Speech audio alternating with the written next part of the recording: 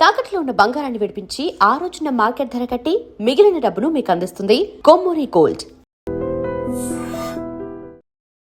ప్రస్తుతం మనతో పాటు ఉన్నారు ప్రముఖ జ్యోతిష్యులు వేణుస్వామి గారు. ఇప్పుడు వారితో మాట్లాడి మరిన్ని విషయాలు తెలుసుకుందాం. ముఖ్యంగా మనకెన్నో సందేహాలు ఉంటూ ఉంటాయి, వాటి గురించి అడిగి తెలుసుకునే ప్రయత్నం చేద్దాం.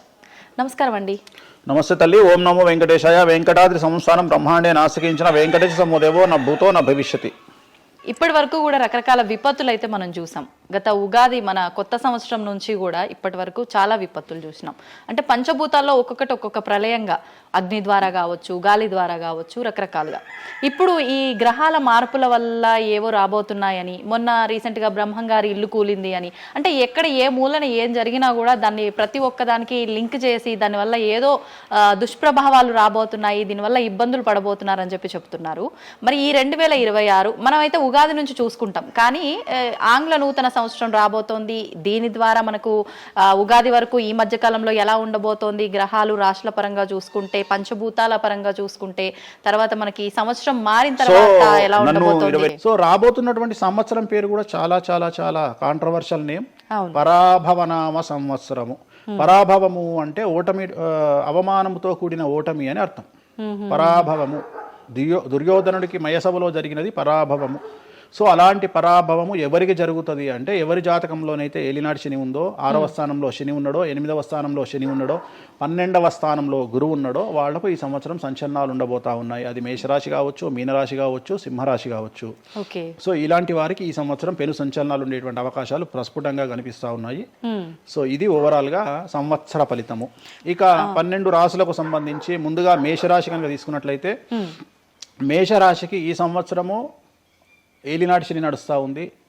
సో ఏలినాటి శని ఒక పక్క గురువు బాగాలేడు, ఒక పక్క రాహు బాగాలేడు, ఒక పక్క కేతు బాగాలేడు. సో ఇలాంటి సందర్భంలో పెను సంచలనాలకు కారణభూతమయ్యేటువంటి అవకాశం ఉంది. సో విద్యార్థులకు ఉత్తీర్ణత శాతం తగ్గుతుంది, కోరుకున్న ప్లేస్మెంట్స్ రావు, వీసా రిజెక్ట్ అయ్యే అవకాశం ఉంది. ఉద్యోగస్తులకు పై అధికారుల వల్ల సమస్యలు ఉంటాయి, ప్రమోషన్లు ఆగిపోతాయి. సో బదిలీలు చాలా దూరంగా బదిలీలు అయ్యే అవకాశం కనిపిస్తూ ఉంది.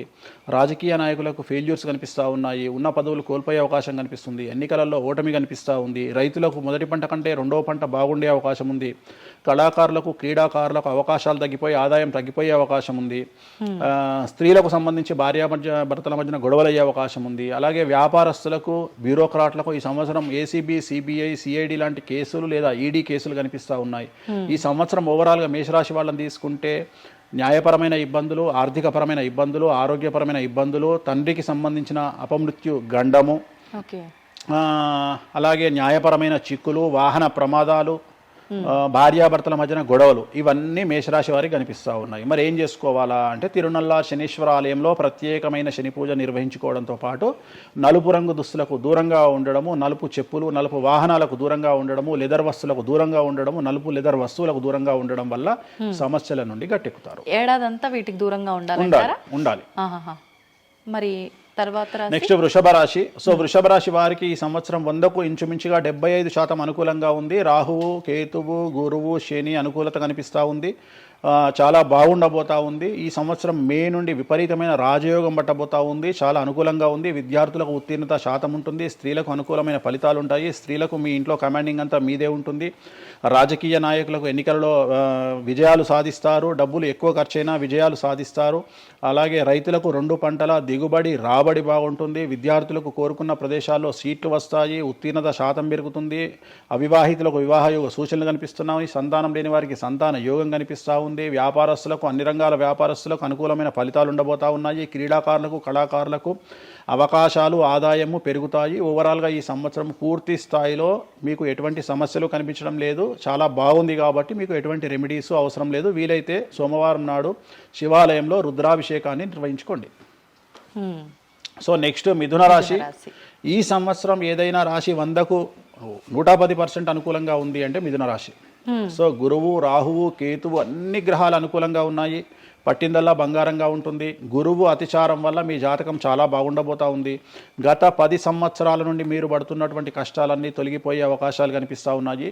సో కొత్త స్పీడ్తో ముందుకు వెళ్ళండి, కొత్త కొత్త ఆలోచనలు చేయండి, ఎంత గొప్పగా జీవితంలో ముందుకెళ్లాలో ప్లాన్ చేయండి, చాలా గొప్పగా ఆలోచించండి, చిన్నగా ఆలోచన చేయకండి. గురువు విపరీత రాజయోగాన్ని ఇవ్వబోతా ఉన్నాడు. దైవబలం మీకు అనుకూలంగా ఉంది, గురుబలం మీకు అనుకూలంగా ఉంది, శనిబలం మీకు అనుకూలంగా ఉంది. కాబట్టి కొత్త కొత్త వ్యాపారాలు ప్రారంభించండి, విపరీతమైనటువంటి చాలా గొప్పగా కలలు కనండి, ఆ కళలను సాకారం చేసుకునే దిశగా ప్రయాణం చేయండి. విద్యార్థులకు అనుకూలంగా ఉంది, ఉద్యోగస్తులకు అనుకూలంగా ఉంది, వ్యాపారస్తులకు అనుకూలంగా ఉంది, రైతులకు 2 పంటలు అనుకూలంగా ఉంది. సో ప్రతి వాళ్ళు చెరువులు, తర్వాత చేపల చెరువులు, రొయ్యల చెరువులు పండించే వాళ్ళకు అనుకూలంగా ఉంది, పౌల్ట్రీ ఫామ్ వాళ్ళకు అనుకూలంగా ఉంది, రాజకీయ రంగం వారికి అనుకూలంగా ప్రజల్లో మంచి మార్పులు కనిపిస్తూ ఉన్నాయి. స్త్రీలకు మీదే కమాండింగ్గా ఉంటుంది, కుటుంబంలో మీరు ఏం చెప్తే అది జరిగేటువంటి అవకాశాలు కనిపిస్తూ ఉన్నాయి. సో మిథున రాశి వారికి పూర్తి స్థాయిలో అనుకూలంగా ఉంది. ఎటువంటి రెమెడీస్, ఎటువంటి పూజలు అవసరం లేదు. అద్భుతం అయితే వీళ్ళది. నెక్స్ట్ కర్కాటక రాశి. సో నెక్స్ట్ కర్కాటక రాశి. సో కర్కాటక రాశి వారికి కూడా ఇంచుమించు 90% అనుకూలంగా ఉంది. కాకపోతే ఇక్కడ ఉన్న సమస్య ఏంటి అంటే మే వరకు 2026 మే వరకు కొద్దిగా వీళ్ళకు గురువు 12వ ఇంట్లో ఉన్నాడు కాబట్టి కాళ్ళు చేతులు విరిగే అవకాశం ఉంది, దెబ్బలు తగిలించుకునే అవకాశం కనిపిస్తూ ఉంది. జాగ్రత్తగా ఉండండి. సాధ్యమైనంత వరకు yellow colour, lemon yellow colour దుస్తులు ధరించే ప్రయత్నం చేయండి. చాలా అనుకూలంగా ఉండబోతూ ఉంది. రాజకీయ రంగంలో ఉండే వాళ్లకు విపరీతమైనటువంటి విజయాలు సిద్ధిస్తాయి. జనాల్లో అనుకూలమైన వాతావరణం ఉంటుంది. వ్యాపారస్తులకు విశేషించి అనుకూలంగా ఉంటుంది. విద్యార్థులకు అనుకూలంగా ఉంటుంది. అలాగే రైతులకు అనుకూలంగా ఉంటుంది. కళాకారులకు, క్రీడాకారులకు మరీ అనుకూలంగా ఉంటుంది. కాకపోతే ఓవరాల్గా కర్కాటక రాశి వారికి ఈ సంవత్సరం కొద్దిగా శత్రువుల యొక్క బెడద ఒక 10% కనిపిస్తూ ఉంది. కానీ శత్రువులను పట్టించుకోకండి. శని బలం వల్ల వాళ్ళు ఎంత ప్రయత్నాలు చేసినా, రాహు బలం వల్ల వాళ్ళు ఎంత ప్రయత్నాలు చేసినా మిమ్మల్ని ఎవరు ఏమీ చేయలేరు. సో మీరు చేయాల్సింది ప్రతి గురువారం నాడు లెమన్ ఎల్లో దుస్తులు ధరించే ప్రయత్నం చేయండి. అలాగే శ్రీకాళహస్తిలో గురు దక్షిణామూర్తి వద్ద గురువారం నాడు గురుహోరలో గురువుకు అంటే దక్షిణామూర్తికి అష్టోత్తర పూజ చేయించుకోండి. అలాగే పసుపు రంగు పువ్వు ఏదైనా ఉంటే అక్కడ నుండి తెచ్చుకొని ఇంట్లో పెట్టుకోండి. మీకు అనుకూలమైన ఫలితాలు ఉంటాయి. అంటే శని వీళ్ళకి ఫేవర్గా ఉన్నాడు, అంటే శని వీళ్ళకి చాలా ఫేవర్గా ఉన్నాడు, రాహు ఫేవర్గా ఉన్నాడు, కేతు ఫేవర్గా ఉన్నాడు, మే నుండి గురువు కూడా ఫేవర్గా ఉంటాడు. అది ఉన్న చిన్న చిన్న ఇబ్బందులకు కూడా ఏమైనా దానాలు అలాంటివి అదే మనం చెప్పినందుకు గురువు లెమన్ ఎల్లో కలర్ గురువుకు దక్షిణామూర్తి సరిపోతుంది, ఇంకా అవసరం లేదు, దానాలు అవసరం లేదు. మరి తదుపరి రాశి. సో నెక్స్ట్ సింహరాశి. సింహరాశికి ఈ సంవత్సరం అష్టమ శని నడుస్తూ ఉంది. గురువు వ్యతిరేకమైన ఫలితాలు, రాహు కేతువు చాలా నెగిటివ్గా ఉన్నారు. సో ఇంచుమించుగా 4 గ్రహాలు వ్యతిరేకమైన దిశలో ఉన్నాయి. అష్టమ శని అంటే తల్లికి ఆరోగ్యపరమైన ఇబ్బందులు ఉంటాయి, మానసికమైన ఇబ్బందులు ఉంటాయి, శారీరకమైనటువంటి అనారోగ్య సమస్యలు ఉంటాయి, అలాగే ఆర్థికపరమైన ఇబ్బందులు, న్యాయపరమైన చికాకులు ఉంటాయి. జాగ్రత్తగా ఉండండి. నలుపు రంగు దుస్తులకు దూరంగా ఉండండి. విద్యార్థులకు సమస్యలు, ఉద్యోగస్తులకు సమస్యలు, వ్యాపారస్తులకు సమస్యలు, ఈడీ కేసులు, పోలీస్ కేసులు, బ్యూరోక్రాట్స్కు సిబిఐ కేసులు, రైతులకు పంటల దిగుబడిలో నష్టము, కళాకారులకు, క్రీడాకారులకు వాళ్ళ అవకాశాలను ఇతరులు దక్కించుకునేటువంటి అవకాశం కనిపిస్తూ ఉంది. స్త్రీలకు భార్యాభర్తల మధ్యన గొడవలు. సో ఓవరాల్గా సింహరాశి వారికి ఏ రంగంలో వారైనా సమస్యలు కనిపిస్తూ ఉన్నాయి. అష్టమ శని ప్రభావం కనిపిస్తూ ఉంది కాబట్టి నలుపు రంగు దుస్తులకు దూరంగా ఉండండి. తీరు నల్లార్ శనీశ్వర ఆలయంలో ప్రత్యేకమైన శని పూజను నిర్వహించుకోవడం ద్వారా సమస్యల నుండి గట్టెక్కుతారు. ఓకే. సో నెక్స్ట్ కన్యారాశి. ఈ సంవత్సరం కన్యారాశి వారికి ఇంచుమించు 75% అనుకూలంగా ఉండబోతా ఉంది. శని, అలాగే కుజుడు, రాహువు, కేతువు, గురువు అనుకూలతల వల్ల చాలా చాలా అనుకూలంగా ఉండబోతా ఉంది. ఒకే ఒక్క సమస్య ఈ సంవత్సరం ఉండేది, భార్యాభర్తల మధ్యన ఈగోలు కానీ క్లాషెస్ కానీ వచ్చే అవకాశం ఉంది. సో కాంప్రమైజ్ అవ్వడానికి ప్రయత్నించండి. భార్య దగ్గర భర్త, భర్త దగ్గర భార్య, కాంప్రమైజ్ అవ్వండి. ఈగోలకు పోవద్దు, జెలస్లకు పోవద్దు. ఆర్థికపరమైన అంశాల్లో జాగ్రత్తగా ఉండండి. విద్యార్థులకు అనుకూలత కనిపిస్తూ ఉంది. రాజకీయ నాయకులకు అనుకూలత కనిపిస్తూ ఉంది. వ్యాపారస్తులకు, కళాకారులకు, క్రీడాకారులకు విశేషమైన యోగం లభించబోతూ ఉంది. న్యాయస్థానాల్లో పనిచేసే వాళ్లకు, న్యాయ సంబంధమైన వృత్తిలో ఉండే వాళ్లకు అనుకూలమైన ఫలితాలు ఉండబోతూ ఉన్నాయి. స్త్రీలకు విశేషించి అనుకూలంగా ఉండబోతూ ఉంది. సో ఈ సంవత్సరం కన్యారాశి వారికి పూర్తిగా అనుకూలమైనటువంటి ఫలితాలు కనిపిస్తూ ఉన్నాయి. వీరు చేయాల్సినటువంటి రెమెడీ, సోమవారం నాడు రుద్రాభిషేకాన్ని శివాలయంలో నిర్వహించండి. సమస్యల నుండి గట్టెక్కుతారు. సో నెక్స్ట్ తులారాశి. తులారాశి వారికి 6వ స్థానంలో శని కనిపిస్తూ ఉన్నాడు. కాకపోతే గురువు విపరీత రాజయోగాన్ని ఇవ్వబోతా ఉన్నాడు. వీళ్ళకి గురు బలము మరియు దైవ బలం అనుకూలంగా ఉండడం వల్ల మీ జీవితాన్ని కొత్తగా ప్రొజెక్ట్ చేసుకునేటువంటి అవకాశం మీకు దేవుడు కల్పిస్తూ ఉన్నాడు. ముందుకు వెళ్ళే ప్రయత్నం చేయండి. చాలా కొత్తగా మిమ్మల్ని మీరు ఆవిష్కరించుకునే ప్రయత్నం చేయండి. మిమ్మల్ని మీరు కొత్తగా సమాజానికి చూపించుకోండి. దానివల్ల మీ ఆలోచనలు మార్చుకోండి. చాలా గొప్పగా థింక్ చేయండి, గొప్పగా కలలు కనండి, వాటిని సాకారం చేసుకోండి. గురువు అనుకూలంగా ఉన్నాడు, కాకపోతే కుటుంబంలో పెను సంచలనం జరిగే అవకాశం కనిపిస్తూ ఉంది. 6వ స్థానము భాగ్యానికి మరియు శత్రుత్వానికి కారకుడు కాబట్టి శని వల్ల సంచలనం జరిగే అవకాశం ఉంది. విద్యార్థులు, ఉద్యోగస్తులు, వ్యాపారస్తులు, కళాకారులు, క్రీడాకారులు, రైతులు, అలాగే రాజకీయ నాయకులు ఎవరైనా సరే వాళ్ళ జీవితంలో ఏదో ఒక పెను సంచలనం జరిగే అవకాశం కనిపిస్తూ ఉంది. నలుపు రంగు దుస్తులకు దూరంగా ఉండండి. తిరునల్లార్ శనీశ్వర ఆలయంలో ప్రత్యేకమైన శని పూజ నిర్వహించడం ద్వారా సమస్యల నుండి బయటపడతారు. నెక్స్ట్ వృశ్చిక రాశి వారికి అర్ధాష్టమ శని వెళ్ళిపోయింది. శని గురువులు అనుకూలంగా ఉన్నారు, రాహు కేతువులు అనుకూలంగా ఉన్నారు. కళాకారులు, క్రీడాకారులు, ఉద్యోగస్తులు, విద్యార్థులు, వ్యాపారస్తులు, రైతులు, రాజకీయ నాయకులు, స్త్రీలు, అన్ని రంగాల వారికి పూర్తిగా 100కి 100% అనుకూలంగా ఉన్నటువంటి రాశి వృశ్చిక రాశి. పూర్తి స్థాయిలో విశాఖ 4, అనురాధ 1, 2, 3, 4, జ్యేష్ఠ 1, 2, 3, 4, 9 పాదాల వారికి విశేషించి రాజయోగంగా భావించాల్సి ఉంటుంది. మే వరకు విపరీత రాజయోగం కనిపిస్తూ ఉంది. మే తదుపరి కూడా అనుకూలమైన ఫలితాలను పొందుతారు. కాబట్టి వీరికి ఎటువంటి రెమెడీసు, ఎటువంటి పూజలు అవసరం లేదు. చాలా గొప్పగా కళలు కనండి, మీకున్నటువంటి కళలను సాకారం చేసుకోండి. మీకు ఎటువంటి రెమెడీస్ కూడా అవసరం లేదు. నెక్స్ట్ ధనుసు రాశి వారికి అర్ధాష్టమ శని నడుస్తూ ఉంది. అర్ధాష్టమ శని అనేటువంటిది డబ్బులను అధికంగా ఇచ్చి ఆ డబ్బుల ద్వారా సమస్యలు తెచ్చేటువంటి ఒక పరిస్థితి. అంటే డబ్బులు లేకపోతేనే సమస్యలు అంటారా? డబ్బులు ఉంటే కూడా సమస్యలు. డబ్బులు ఉన్నప్పుడు వాటిని మనం ఖర్చు చేసే విధానంలో సమస్యలు, వాటిని మనం ఎలా సమాజంలో ఖర్చు పెట్టబోతున్నామనే సమస్యలు ఏర్పడేటువంటి అవకాశం ఉంది. కాబట్టి మీరు ఇన్వెస్ట్మెంట్ చేయడంలో కానీ, అప్పులు ఇవ్వడంలో కానీ, ఎవరికైనా అప్పులు ఇవ్వడంలో కానీ, చిట్టీలు వేయడంలో కానీ, సహాయం చేయబోయేటప్పుడు కానీ జాగ్రత్తలు తీసుకోండి. ఎటువంటి పరిస్థితుల్లోనూ డబ్బులు ఎవరికి ఇవ్వవద్దు. సో ధనుస్సు రాశి వారికి డబ్బు పరంగా సమస్యలు ఏర్పడే అవకాశం ఉంది. రాక డబ్బులు వచ్చినాయి కాబట్టి తీసుకెళ్ళి వేరే వాళ్ళకి ఇచ్చి మోసపోయే అవకాశాలు కనిపిస్తూ ఉన్నాయి. ఈ ఒక్క విషయంలో ధనుస్సు రాశి వాళ్ళు జాగ్రత్తలు తీసుకుంటే విద్యార్థులకు, ఉద్యోగస్తులకు, కళాకారులకు, క్రీడాకారులకు, రాజకీయ నాయకులకు, స్త్రీలకు, వ్యాపారస్తులకు, రైతులకు, అన్ని రంగాల వారికి ఈ సంవత్సరం అనుకూలంగా ఉంటుంది. ఓన్లీ మీరు చేయాల్సిన రెమెడీ నలుపు రంగు దుస్తులకు దూరంగా ఉండండి. తిరునల్లార్ శనీశ్వర ఆలయంలో ప్రత్యేకమైన శని పూజ నిర్వహించడం ద్వారా సమస్యల నుండి గట్టెక్కుతారు. నెక్స్ట్ మకర రాశి వారికి ఈ సంవత్సరం చాలా అనుకూలంగా ఉంది. ఈ సంవత్సరం అండర్లైన్ చేయాల్సిన విషయం ఏమిటంటే మకర రాశి వారికి భార్యాభర్తల మధ్యన గ్యాప్ ఏర్పడేటువంటి అవకాశం ఉంది. గొడవలు వచ్చే అవకాశం ఉంది. ఈగోస్ వల్ల కానీ వేటి వల్ల అయినా సమస్యలు వచ్చే అవకాశం ఉంది. అది కాకుండా విద్యార్థులకు అనుకూలతలు ఉంటాయి, ఉద్యోగస్తులకు అనుకూలతలు ఉంటాయి, రైతులకు 2 పంటల దిగుబడి రాబడి ఉంటుంది.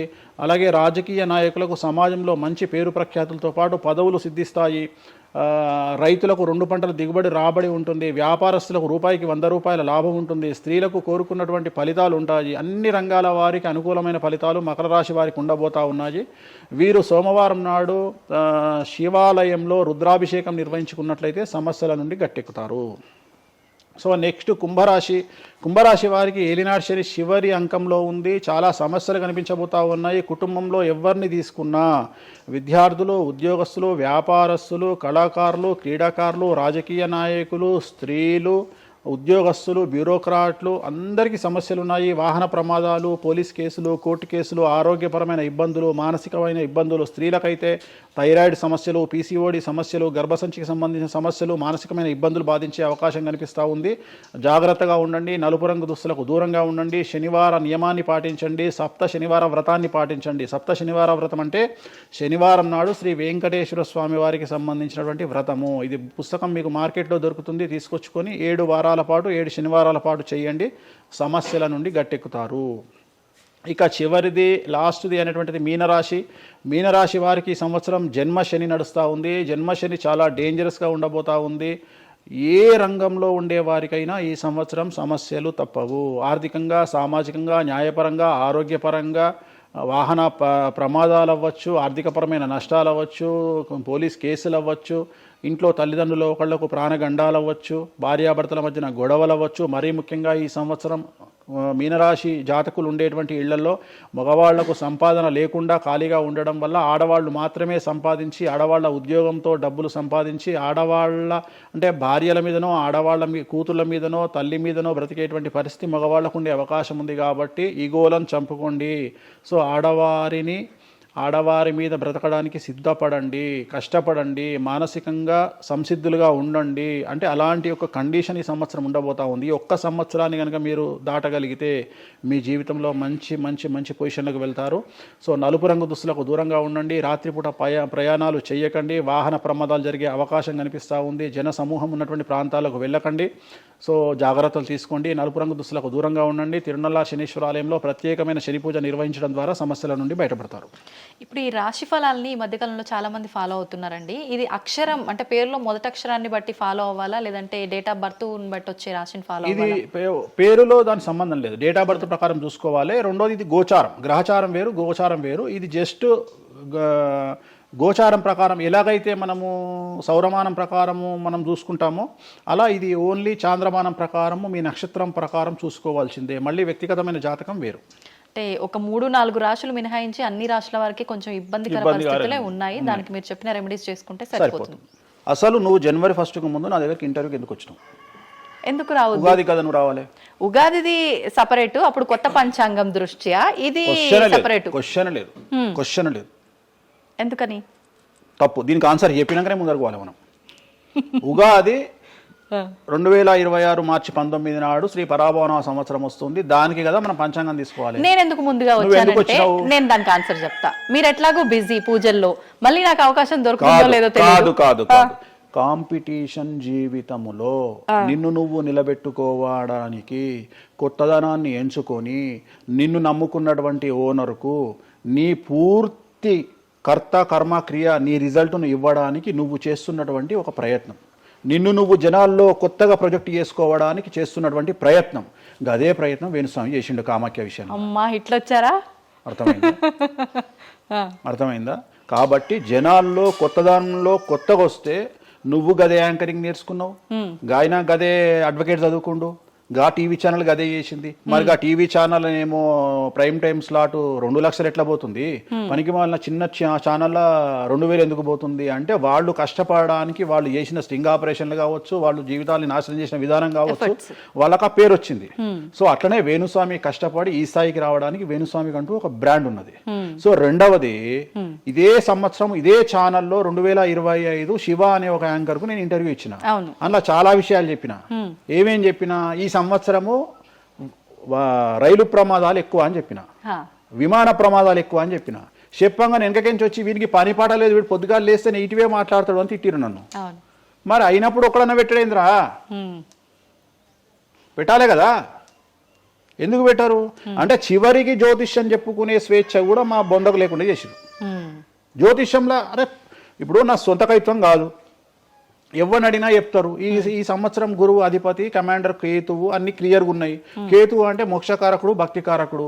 ఈ సంవత్సరం 2026లో ఎక్కడైతే జనాలు గుమిగూడు ఉంటారో అక్కడ ప్రాబ్లమ్స్ వస్తాయి. అది రేపు జరగబోయేటువంటి పుష్కరాలు కావచ్చు, రేపు జరగబోయే సమ్మక్క సారక్క పండగ కావచ్చు, లేకపోతే దేవాలయాల్లో ముక్కోటి ఏకాదశి కావచ్చు, ఎక్కడైతే భక్తి భావం ఉంటుందో అక్కడ చాలా పెద్ద పెను ప్రమాదాలు సంచలనాలు జరుగుతాయని శాస్త్రం చెప్తుంది.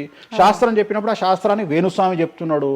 దీన్ని కూడా తప్పు తీసుకుపోయి వేణుస్వామి ఏలినాడు శని నడుస్తుంది మేషరాశికి, మేషరాశి బాగుండదు అని చెప్పాలి కానీ మేషరాశి సూపర్ స్టార్లు అవుతారని నేనెందుకు చెప్తా అంటే, ఒక చూసిన వేణుస్వామి మన ఒక ఆమె నేను మీనరాశి బాగాలేదంటే మీనరాశికి బాగాలేదని చెప్తున్నా వేణుస్వామి అట్టడే ఎప్పుడు వేణుస్వామి అని ఇట్లా ఊతుంది, ఇట్లనే ఊతుంది ఆమె, ఇట్లనే అంటుంది వేణుస్వామి చెప్పిండు అని తిట్టింది. నువ్వు నమ్మవమ్మా, ఆమె అమెరికా నుండి పంచు ప్రభాకర్ అని ఒక ఆయన ఉంటాడు, ఆయన తిట్టిండమ్మా ఆ బూతులు భగవంతా నేనైతే తెల్లారి చచ్చిపోతుండే. అంటే వాళ్ళిద్దరికి ఫైటింగ్ జరిగి గదే మీనరాశి అని చెప్తున్నాను నేను. ఆమె మీనరాశి అంట, గదే మీనరాశి అంటున్నాను నేను. అంటే నేను చెప్పేది అదే.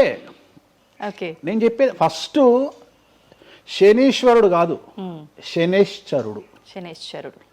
శనీశ్వరుడు అని ఎందుకు వచ్చింది అంటే, ఒకరోజు శని శంకరుడు ఇద్దరు కలిసినప్పుడు శంకరుడు శనిని అడుగుతాడు, ఏందా నేను చూస్తే పెద్ద అందరు భయపడుతున్నారు, చాలా పెద్ద పెద్ద వాళ్ళు భయపడుతున్నారు, నువ్వు తోపు తురుమట కదా అంటాడు. అంటే నేను తోపు తురుమా కాదా, రేపు చెప్తా నీ సంగతి అంటాడు.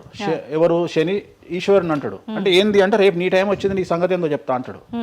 అంటే తెల్లవారి పొద్దున సూర్యోదయానికి శంకరుడు పోయి ఒక చెట్టు తొర్రలో దాచుకొని సాయంత్రం సూర్యాస్తమయం వరకు చెట్టు తొర్రలోనే ఉంటాడు. ఉండి బయటకు వస్తాడు. బయటకు వచ్చిన తర్వాత శని ఎదురుపడితే నన్నేమో చేస్తా అన్నావు కదా, ఏం చేసినావు అంటాడు. అంటే నువ్వు లయకారకుడివి, ప్రపంచాన్ని శాసిస్తావు, ముల్లోకాలను శాసిస్తావు, అట్లాంటి నిన్ను తీసుకుపోయి సూర్యోదయం నుండి సూర్యాస్తమయం దానిక చెట్టు త్వరలో దాచిపెట్టిన, ఇంతకంటే నేను చేసేదే ఉంది అంటాడు. ఆట మొదలు పెట్టేశాడు అక్కడ ఆల్రెడీ. అప్పటి నుండి ఆయనకు శనీశ్వరుడు అని పేరు వచ్చింది. Okay okay. సో ఇది జరిగింది శంకరుడికి కూడా జరిగింది, రాముడికి కూడా జరిగింది. సో ఏలినాటి శని పీరియడ్లో, షష్టమ శని పీరియడ్లో బాధలు పడేటువంటి పరిస్థితి ప్రతి ఒక్కళ్లకు ఉంటుంది. రెండవసారి ఏలినాటి శనిలో మరీ దరిద్రంగా ఉంటుంది. కలియుగంలో దాని తీవ్రత చాలా ఎక్కువగా ఉంటుంది. కలియుగంలో ఫిజికల్ కంటే మానసికమైన దెబ్బలు చాలా ఎక్కువగా ఉంటాయి. జనాలు కొట్టే దెబ్బలు చాలా ఎక్కువగా ఉంటాయి. నరఘోష వల్ల తినే దెబ్బలు చాలా ఎక్కువగా ఉంటాయి. కలియుగ దైవమైనటువంటి వెంకటేశ్వర స్వామి వారికే ఎన్నో రకాల పూజలు చేసి దిష్టి తీయడానికి ప్రయత్నం చేస్తున్న సందర్భంలో ఆఫ్టర్ ఆల్ మానవుల మనమెంత. సో మన మీద ఎన్నో రకాల దుష్ప్రయోగాలు ఉంటాయి, ఎన్నో రకాల నరఘోషలు ఉంటాయి. సో ఇవన్నీ జనాలకు తెలియజేయాల్సిన బాధ్యత ఒరిజినల్ పండితుడిగా, ఒరిజినల్ జ్యోతిష్కుడిగా నా మీద ఉంది. సో సొంత కవిత్వము జనాలకు పాజిటివ్గా చెప్పడానికి నేనేమి ఏమో అంటారు కదా, వ్యక్తిగత ఏదో అంటారు వాళ్ళను, వ్యక్తిగతంగా కౌన్సిలింగ్ ఇచ్చేటువంటి వాడిని కాదు నేను. సో నేను శాస్త్రం ఏం చెప్పిందో నేను దాన్ని మాత్రమే జనాలకు చెప్పడానికి నేను ఇక్కడ ఉన్నా. అంతేగాని క్యాన్సర్ వచ్చిన పట్టుకొని నీకు ఏం లేదు అని చెప్పి వాడిని ఇంటికి పంపించి 2 రోజుల తర్వాత సచ్చేటట్టు చేసేటువంటి నీచుడిని నేను కాదు. క్యాన్సర్ వస్తే క్యాన్సర్ వచ్చింది, ధైర్యంగా బతుకు, ఇంకా బతుకు, నీ కోరికలు తీర్చుకో, అన్ని కోరికలు తీసుకొని సావు అని చెప్తా. రెండవది, అన్ని తిని 60 ఏళ్ళు పోతే ఏం తినకుండా 80 ఏళ్ళు బతికితే లాభం లేదు. సో కలియుగంలో ఇవన్నీ సమస్యలు చాలా తీవ్రంగా ఉంటాయి. భార్యాభర్త కారులో పోతే పక్కింటోడు ఏడిస్తొస్తాడు, మంచి కారు కొనుక్కుంటే ఏడిస్తొస్తాడు, ఒక పిల్లగాడు మంచి ఉత్తీర్ణత శాతంలో పాస్ అయితే ఏడిస్తొస్తారు, మంచి ఉద్యోగం వస్తే ఏడిస్తొస్తారు, ఒక పొలిటికల్ బాగుంటే చస్తాడు, ఒక యాంకర్కు డబ్బులు వస్తే చస్తాడు. సో ప్రతి దగ్గర ఏడుపు ఏడుపు ఏడుపు, జలసు అనేటువంటిది రాజ్యమేలుతున్నటువంటి సందర్భంలో తెలుగు రాష్ట్రాలలో అది పీక్ స్థాయిలో ఉండే